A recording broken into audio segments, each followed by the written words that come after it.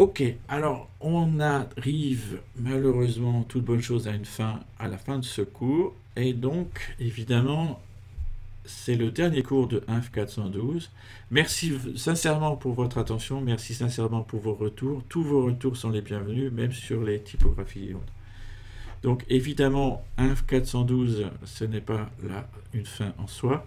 Ça se positionne dans un ensemble de cours, donc je vous invite, si vous êtes inscrit à suivre ou pas, à suivre le cours INF 421, donc qui lui va vous parler d'algorithmes, et donc utiliser, vous dire comment est-ce qu'on résout efficacement des problèmes.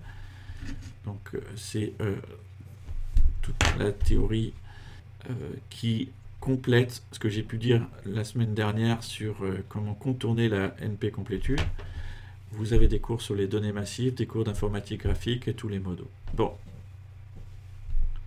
Si vous cherchez des suites de ce cours et que vous avez bien aimé soit la logique, soit la calculabilité, il y a un cours naturel qui est une suite de ce cours, qui est un 551 en troisième année.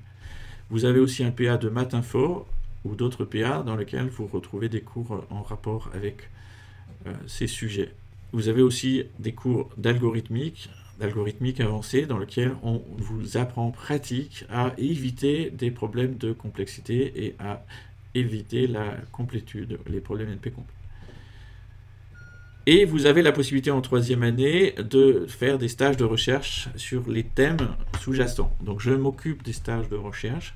Je suis aussi responsable du PA Math Info. Si jamais à un moment vous cherchez des stages en lien avec la logique, la calculabilité et la complexité, n'hésitez pas à venir à moi ou à vos enseignants. Donc ça c'est la 3A. Ensuite vous avez la quatrième année, la cinquième année, la sixième année. Ok, bon. N'hésitez pas à échanger avec vos enseignants si vous voulez des conseils.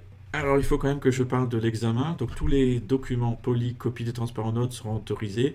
Simplement, je précise que quand on vous demandera un algorithme, si on vous demande un algorithme, on ne souhaite pas un algorithme écrit pour une machine de Turing, sauf si c'est explicitement la question. Mais du code haut niveau suffit dans l'esprit des derniers transparents.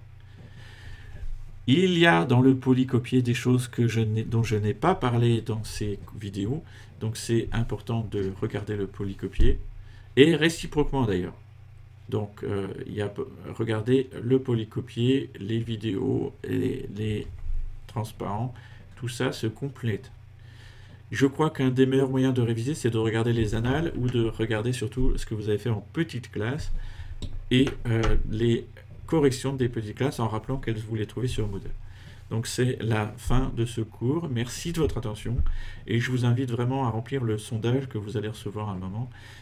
C'est très important pour améliorer ce cours pour les années à venir. Ce cours bénéficie à chaque fois de vos retours. Donc merci et à bientôt. Au revoir.